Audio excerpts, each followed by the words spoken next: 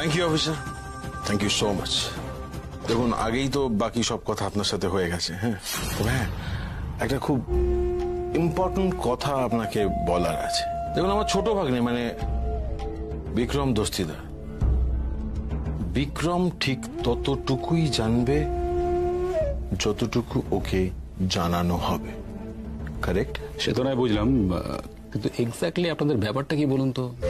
মানে নিজেদের ফ্যামিলির মধ্যেই এরকম লুকোছাপা করছেন, এই পুরো কেসটাকেও ধামাচাপা দেওয়ার চেষ্টা করছেন কেন? না না না অফিসার, আপনি কেসটাকে ঠিক যতটা হালকা বলে মনে করছেন, কেসটা অতটা হালকা নয়। হ্যাঁ মানছি একটা রাইভালরি আছে, তবে সেটা বিজনেস রাইভালরি। কিন্তু দেখুন অফিসার, আমাদের এত বছরের কোম্পানি, এটা গুডউইল আছে তো। হ্যাঁ তো আমার ছোট ভাগ্নে মানে বিক্রম, ও এত কিছু বোঝে না।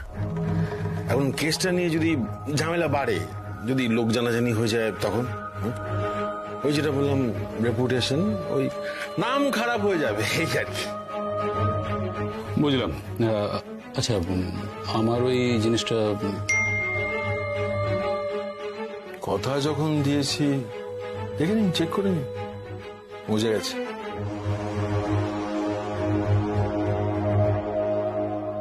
ঠিক আছে। আচ্ছা আপনারা একটু বসুন, আমার কয়েকটা ডকুমেন্টস একটু দেখার ব্যাপার আছে। বাকি সবাই ঘাড় গুটে নোটস মুখস্থ করছে, পরীক্ষায় পাশ হবে বলে, ইঁদুর দৌড়ে দৌড়বে বলে। তখন চিনি কোথায়? চিনি কোচিং থেকে পালিয়ে গঙ্গার ঘাটে চলে গেছে, কারণ ও নৌকো কিনবে। নৌকোগুলো ঠিক তখনই যখন সন্ধে নামতো, তখন তাদের পোষা ছোট্ট আলোগুলো জ্বালিয়ে গঙ্গার ঘাট দিয়ে চলে যেত। আর চিনি ওই নৌকাগুলো কিনতো, নাম দিয়েছিল আদরের নৌকো। 1 2 3 কি করছিস? আদরের নৌকো। পাঁচ বছর তুই এখানে এসে? শান্তি, এই জায়গাটা না আমার ভীষণ ভীষণ। তুমি জানো যিনি বাস্কেটবল চ্যাম্পিয়ন ছিল? বাস্কেটবলকে কেউ হারায় কার সাথে? দরকার হলে ছেলেদেরও পিটিয়ে দিত। জিনি জিনি আমার কথাটা শোন জিনি, দেখ এরকম রাগারাগি করিস না। আরে জিনি তুমি?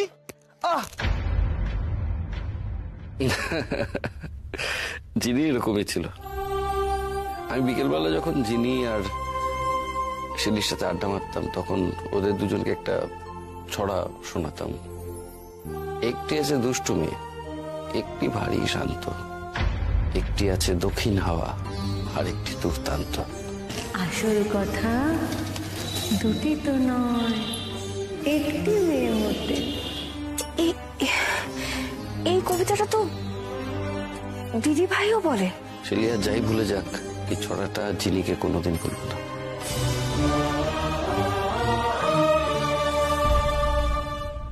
আমার কাছে এই ছিল জিনি অনামিকা। আজকে আমি আমার চোখ দিয়ে তোমাকে জিনিকে চেনালাম। আজকে তোমাকে আমি বোঝানোর চেষ্টা করলাম আমার কাছে জিনি কি ছিল।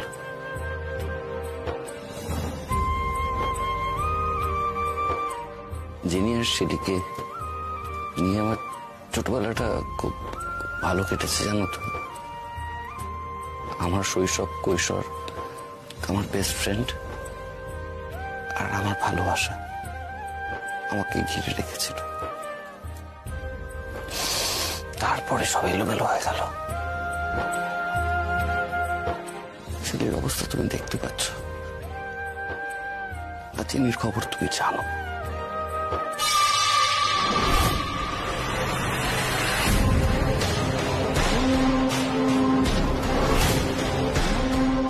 জিনি, জিনি, কি হলো এভাবে চিৎকার করছো না?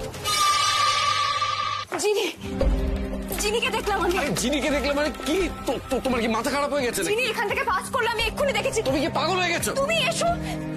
পাগলামি বন্ধ করো, পাগলামি বন্ধ করো তো। তুমি ভাবছো আমি হ্যালুসিনেট করছি, কিন্তু আমি হ্যালুসিনেট করছি না, এটা সত্যি। আমি জিনিকে দেখেছি, এই বাড়িতে আমি দেখেছি জিনিকে। তুমি যেরকম ডেসক্রাইব করলে ঠিক ওই রকমই, হুডি পরা, বাস্কেট পরা, এই সব কিছু এই বাড়িতে ঘটেছে আমার সঙ্গে। আমি দেখেছি জিনিকে। আমি যে সেই দিন তোমার উপর এত রাগ করেছিলাম তার কারণ আমি ওই মেয়েটাকেই দেখেছিলাম তোমার পাশে। আর তারপর যখন জানতে পারি ওই মেয়েটাই জিনি, তখন আরো বেশি ঘাবড়ে যাই। আমি সত্যি কথা বলছি, আমি হ্যালুসিনেট করছি না। এই বাড়িতে রাতে কেউ ঘুরে বেড়ায়, আর সেটা জিনি। রাতে ঘুরে বেড়ায়? তুমি শিওর? বিক্রম, এই বাড়িতে কেউ আমার কথা বিশ্বাস করে না, তুমি অন্তত বিশ্বাস করো। আমি সত্যি বলছি, আমি বারবার জিনিকে এই বাড়িতে দেখেছি ঘুরে বেড়াতে। রাতে এই বাড়িতে কে ঘুরে বেড়ায়? সেই প্রশ্নের উত্তর খোঁজা বন্ধ করো অনামিকা। আমি রিকোয়েস্ট করছি, প্লিজ বন্ধ করো। আমার আর ভাল লাগছে না। You are testing my patience. এটা তো বেসলেস, ভুলভাল। কাজেই রাত্রে কে ঘুরছে এটা নিয়ে আলোচনা করে আমি আমার সময় বা এনার্জি কোনোটাই নষ্ট করতে পারবো না। Good night. Sorry.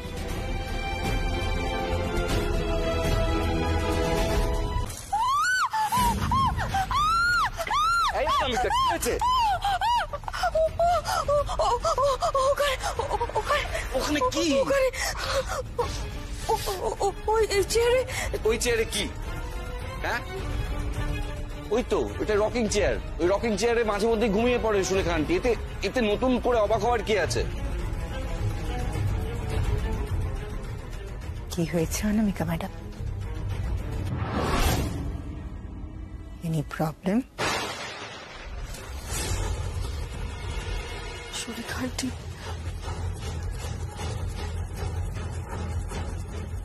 Rocket chair. Anamika, এটা খুব স্বাভাবিক ঘটনা। এতে ভয় পাওয়ার কি আছে? তুমি ভয় পাচ্ছ কেন? চলো উপরে চলো।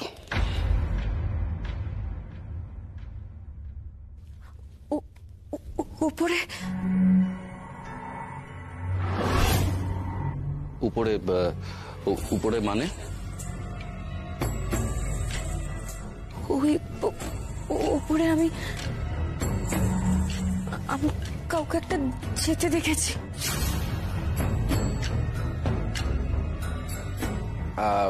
না না, উপরে কেউ নেই, কিচ্ছু নেই। চলো চলো। না না, আমি দেখেছি, আমি দেখেছি উপরে কাউকে একটা যেতে দেখেছি। কেউ নেই? তুমি যেমন সুলেখা আন্টিকে দেখে অকারণে ভয় পেয়েছো, তেমনই কিছু দেখে ভুল দেখেছো রে বাবা। চলো চলো। না, আমি ভুল দেখিনি। আমি টায়ার্ড, ঘুম পাচ্ছে। চলো। আমি দেখেছি উপরে কাউকে একটা যেতে। ভুল দেখেছো, ভুল দেখেছো। চল চলো। সুলেখা আন্টি, তুমিও ঘুমিয়ে পড়ো। চলো চলো চলো, আমার ভালো লাগছে না আর।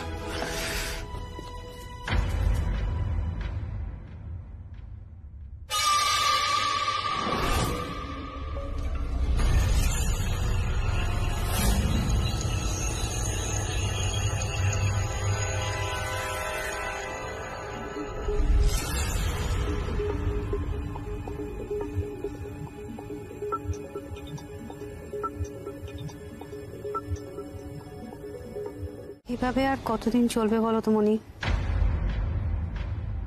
বিথিটা বারবার শ্বশুর বাড়ি থেকে এখানে ফিরে আসে। কতদিন হয়ে গেল ওর বিয়ে হয়েছে, কিন্তু বরের সাথে এক ফোঁটা বনিবনা হয় না। আর এদিকে তুমি প্রত্যেকবার কাঠ খড় পুড়িয়ে ওকে ফেরত পাঠাও। এভাবে আর কতদিন মনি? আচ্ছা, কি করা যাবে বলো তো বৌদি? দরকার পড়লে তো এগুলো করতেই হবে।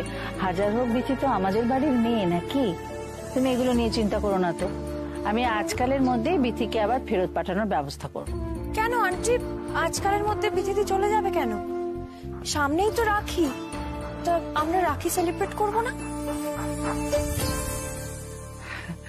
কি জানো অনামিকা, আমাদের বাড়িতে না কখনোই রাখি ঠিক সেভাবে সেলিব্রেশন হয়নি। ওই মহুয়া প্রতি বছর দুটো রাখি কিনে আনে, একটা সৌর্যকে আর একটা বিক্রমকে পরিয়ে দেয়, ব্যাস ওইটুকু। কেন আন্টি, কেন হয় না?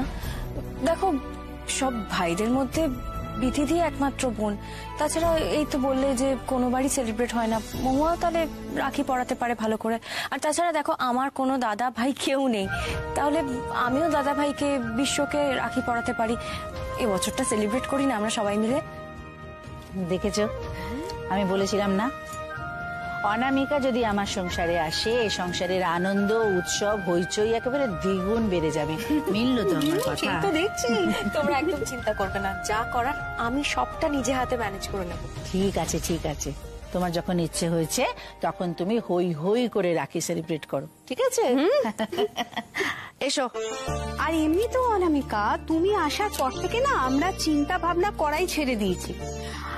দেখেছো মনি, আমাদের দুই বউ নিজেদের কাঁধে সমস্ত দায় দায়িত্ব তুলে নিয়েছে। এখানে দাঁড়িয়ে থেকে কি লাভ বলো? এবার তো আমাদের ছুটি, চলো। ছুটি ছুটি।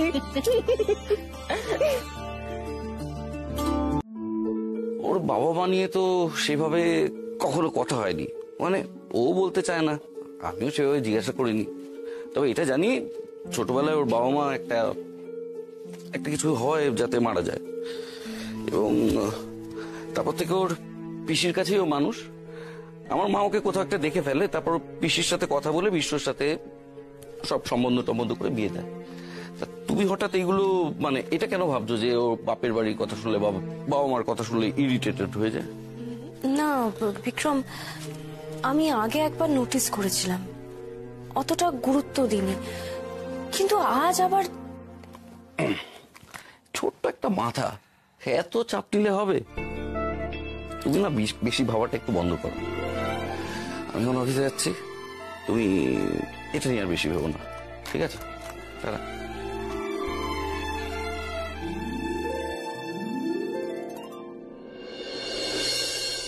ভাবতে তো আমাকে হবেই, না ভেবে কোনো উপায় নেই। কিছু তো একটা হচ্ছে। দেখো, তুমি এসব নিয়ে একদম টেনশন করো না। যা কথা বলার আন্টির সাথে আমি কথা বলবো, সবটা আমি সামলে নেব। প্লিজ দাদা ভাই, ব্যাপারটা আমাকে হ্যান্ডেল করতে দাও। দেখো, এটা আমার এখনো ঠিক মনে হচ্ছে না, কিন্তু এটা তোমার ডিসিশন। তোমার যদি মনে হয় তুমি হ্যান্ডেল করতে পারবে তাহলে করো। আমি শুধু বৈশালীর ভালো চাই, ব্যাস, আর কিচ্ছু না, কিচ্ছু না।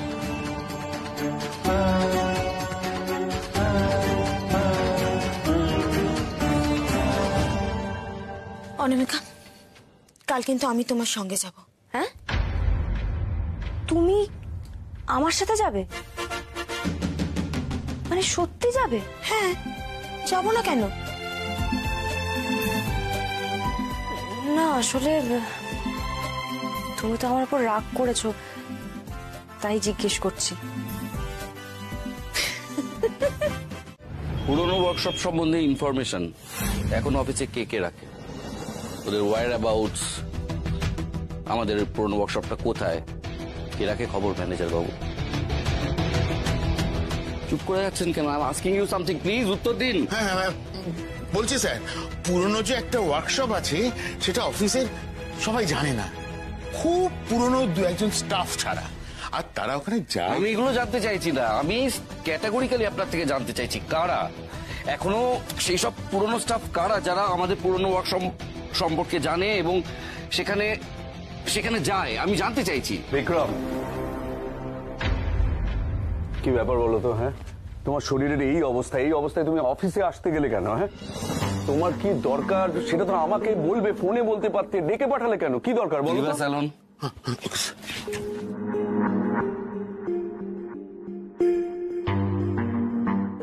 হ্যাঁ, কিন্তু আপনাদের তো ঠিক চিনলাম না। আমরা লালকুঠি থেকে এসেছি। ও, লালকুঠি? আপনাদের বাড়িতেই তো আমার দিদি কাজ করে। মানে আপনাদের বাড়িতে বোধহয় রাতে কাজের জন্য দিদিকে থাকতে হয়, তাই না? দিদি তো সেই জন্যই মাঝে মাঝে রাতে ফিরতেও পারে না। কাল রাতেও তো ফেরেনি। আজ সকালে দিদি ফিরে দেখে আমার ওষুধগুলো শেষ হয়ে গেছে, তাই একটু আনতে বেরিয়েছে আর কি। আমার আসলে শরীরটা ভালো নয় তো, মাঝে মাঝেই হসপিটালে ভর্তি করতে হয়। আমার জন্য দিদিকে তো খাটতে হয় না। কিন্তু রূপালী দি তো এখন থাক, আর কিছু বলো না মহুয়া। হয়তো রূপালী দি বলেনি ভাইকে যে কাজটা চলে গেছে। তোমার নাম কি? উত্তম। জানেন, আমি আপনাদের বাড়ির সম্পর্কে অনেক কিছু জানি। বড় সাদা বাড়ি, কিন্তু নামটা লালকুঠি। বড় গেট, বড় বাগান। দিদি আপনার বাড়ির সম্পর্কে আমাকে সব গল্পই করেছে। তাই নাকি? সব গল্প করেছে? ঠিক আছে, তোমাকে একদিন আমাদের বাড়িতে নিয়ে যাব, কেমন?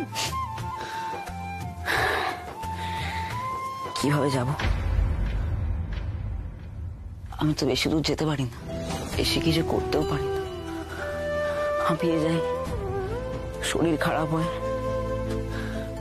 হার্টে ফুটো আছে তো আমার। মাঝে মাঝেই হসপিটালে থাকতে হয় আমাকে। আরে এতটুকু ছেলে। ঠিক আছে, আমি তোমাকে একদিন লালকুঠিতে নিয়ে যাব। অনামিকা, সামলাও নিজেকে।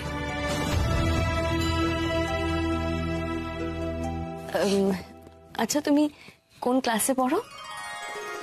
7।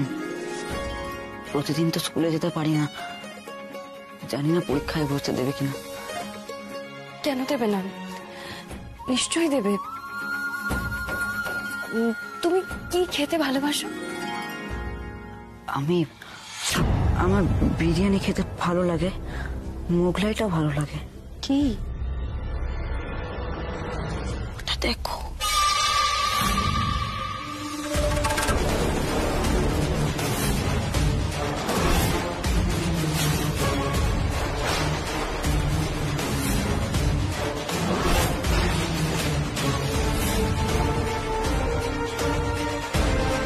দেখো, রূপালী দি এত বছর ধরে এই বাড়িতে কাজ করছে, দিদি ভাইয়ের এত খেয়াল রেখেছে। আমি জানি রূপালীদির একটা ভুল হয়ে গেছে, কিন্তু তুমি বলো, ভুল তো মানুষ মাত্রই হয়। সেই ভুলটা রূপালীদি শুধরে নেবে, আর কখনো এরকম করবে না। প্লিজ আন্টি, তুমি ক্ষমা করে দাও।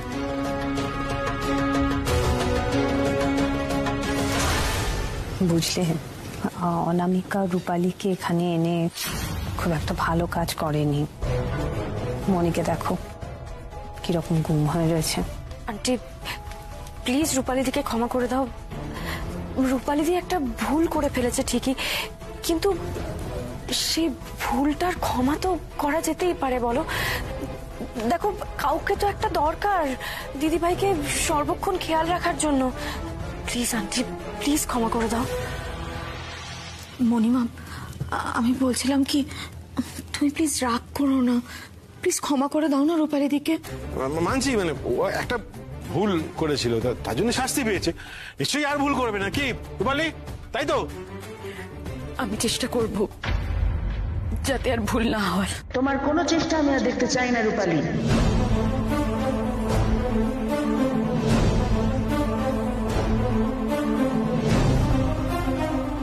তাহলে কি আন্টি ফিরিয়ে দেবে রূপালীদিকে? আমি যে এত বড় মুখ করে আনলাম। চেষ্টা নয়, তোমাকে ঠিক মতো কাজ করতে হবে।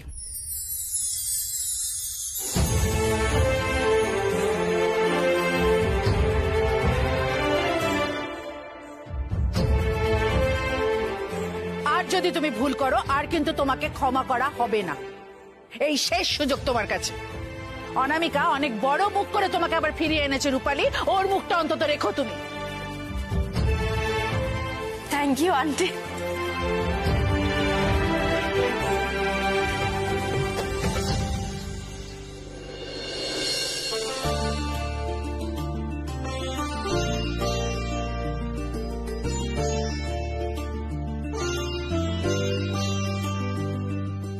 Thank you madam. বৌদি, তোমার কথাই তো ঠিক। বাড়ির দুই বউ নিজেদের কাঁধে সব দায়িত্ব তুলে নিচ্ছে।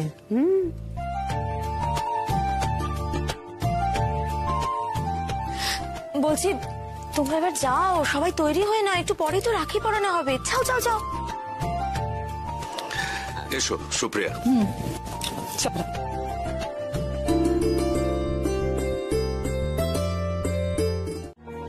আমি জানি তোরা ভাবিস আমি এসব বিষয়ে একটু ক্যাজুয়াল, কিন্তু তুই এটা কখনো ভাবিস না বিথি আমি আমার দায়িত্বগুলো ভুলে যাই। তোর দাদা হিসেবে আমি তোর পাশে থাকতে পারিনি, এটা আমি জানি, এটা আমার অক্ষমতা। ট্রাস্ট মি বিথি, এরপর ভবিষ্যতে তোর যদি কোনো বিপদ হয় আর কেউ না থাক, আমি সবার সামনে গিয়ে দাঁড়াবো, আমি তোকে আড়াল করে দাঁড়াবো।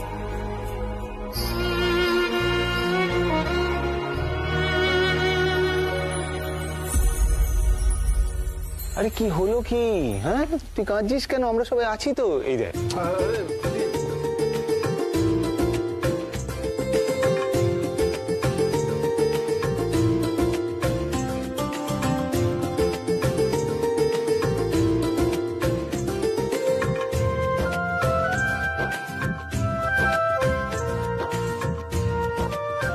তুমি যদি কোনো ভুল করে থাকো দাদা ভাই, তাহলে আমি তোমাকে সঠিক পথে ঠিক আনবই।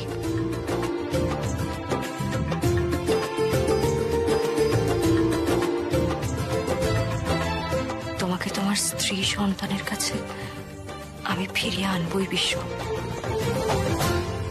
বাঁধো বাঁধো, ভালো করে বাঁধো, ব্যাস। আচ্ছা আমি মিষ্টি খাইয়ে দিই তোদেরকে।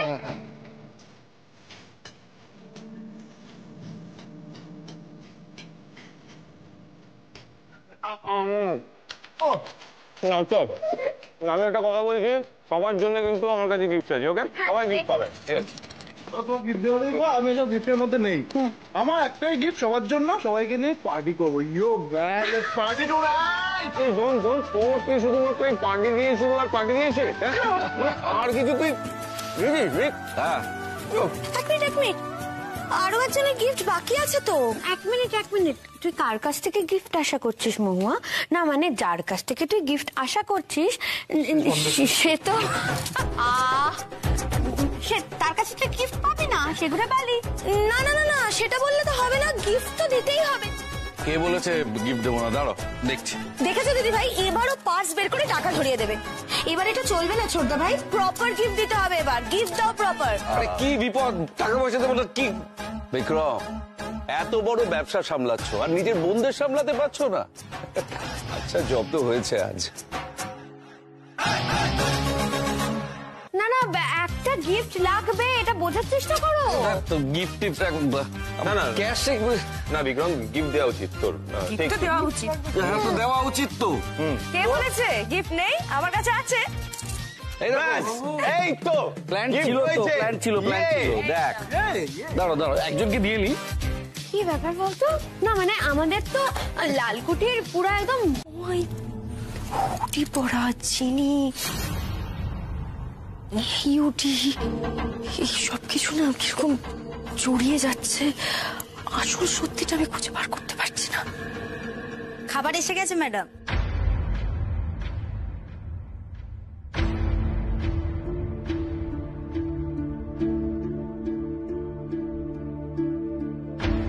খাবার মানে?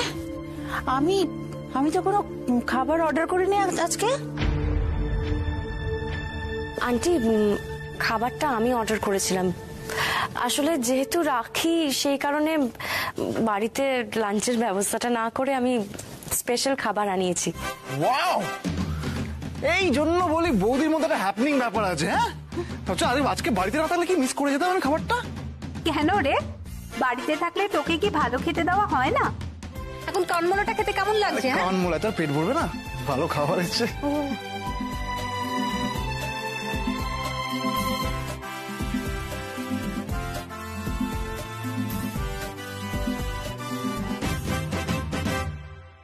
খুব ভালো করেছো। এইভাবেই ধীরে ধীরে সংসারটা গুছিয়ে নাও দেখি।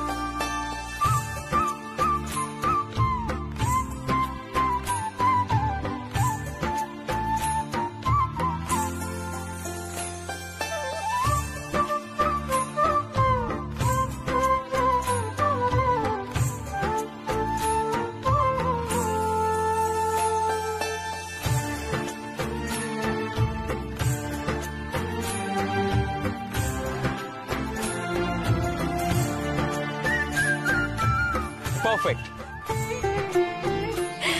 সবাই শুধু ভাইকেই রাখি ভাবে, ভাবে খালি ভাই প্রোটেক্ট করবে। কেন বোনেরা কি বোনকে প্রোটেক্ট করতে পারে না? আমি তোকে সারা জীবন প্রোটেক্ট করবো দিদি ভাই।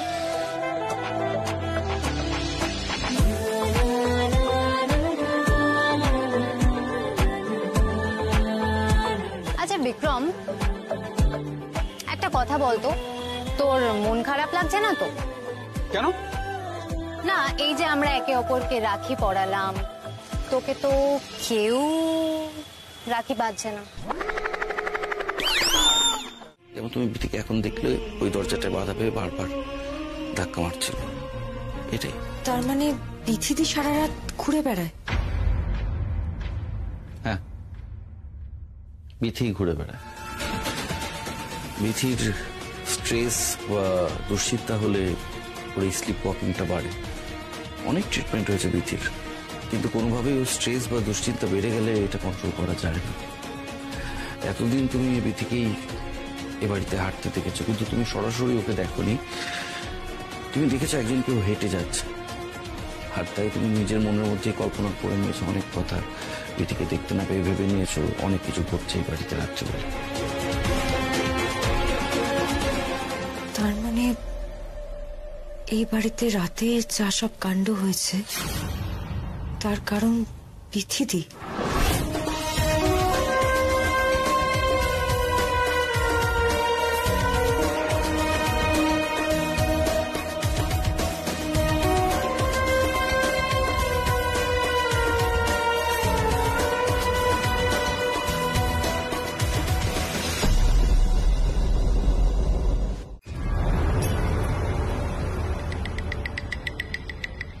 এবার বুঝলে তো অনামিকা, এবারে তো অস্বাভাবিক কিছু ঘটে না। তোমার কথাগুলো আমি সম্পূর্ণ বিশ্বাস করতে পারছি না বিক্রম। তুমি কি বলছো অনামিকা? সবকিছু জানার পরেও তুমি এই কথাটা বলছো? হ্যাঁ বলছি, তার যথেষ্ট কারণ আছে। এই যে বিথিদি রাতে স্লিপ ওয়াক করে, হেঁটে চলে বেড়ায়, শুধু এইটুকুর জন্য এতগুলো কাণ্ড ঘটতে পারে না। তুমি নিজেই তো বলছো যে বিথিদি রাতে শুধু চলাফেরা করে, এই পর্যন্তই। কিন্তু এই বাড়িতে অনেক ভুতুড়ে কাণ্ড ঘটেছে, যেগুলো আনকনসিয়াস থেকে কারোর পক্ষে করা সম্ভব নয়। এই বাড়িতে এমন কিছু ভুতুড়ে ঘটনা ঘটেছে যেগুলো বিথিদি থাকাকালীন ঘটেনি, বিথিদির অ্যাবসেন্সে ঘটেছে। আমার প্রশ্নের উত্তর বিথিদি নয়, তার চেয়ে অনেক বড়, রহস্যময়। কি বলছো তুমি? তাহলে কে এই বাড়িতে রাত্রিরে ঘুরে বেড়ায়?